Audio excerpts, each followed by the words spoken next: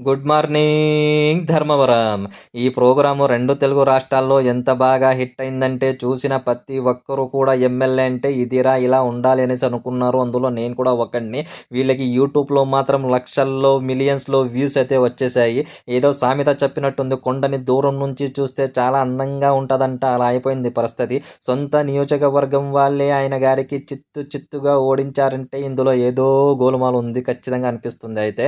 ప్రతి ఒక్క వీధికి, ప్రతి ఒక్క ఇంటికి వెళ్ళేసి పలకరిస్తూ ఉంటే ఎమ్మెల్యే డ్యూటీస్ అంటే ఇదే కదా! ఇది ఎమ్మెల్యే అంటే కరెక్ట్ అయిన ఎమ్మెల్యే డ్యూటీ‌ది చేస్తున్నాడేసి అనుకున్నాను. కానీ మొత్తానికి ఏ ఖాళీ జగాలున్నాయి, ఏ వీధిలో ఎక్కడ స్థలాలున్నాయి, భూ కబ్జాలు చేసేద్దామని చూసారని ఇప్పటిదాకా నాకైతే అర్థం కాలేదు. ఎందుకంటే ఎన్నికలక ముందు ఏదో మీడియా మొత్తానికి ఆరోపించింది ఈయన గారు భూ కబ్జాలు చేశారు, ప్రైవేట్ కంపెనీలకి ఇచ్చేసి, ఆ కంపెనీలు ఎత్తిపోయిన తర్వాత వీళ్ళు పేరు మీద చేసేసుకున్న రిజిస్ట్రేషన్ అని కూడా ఆరోపించారు. ఏది ఇప్పుడు చూస్తుంటే ఇదే నిజమేమో అనిపిస్తుంది నాకు.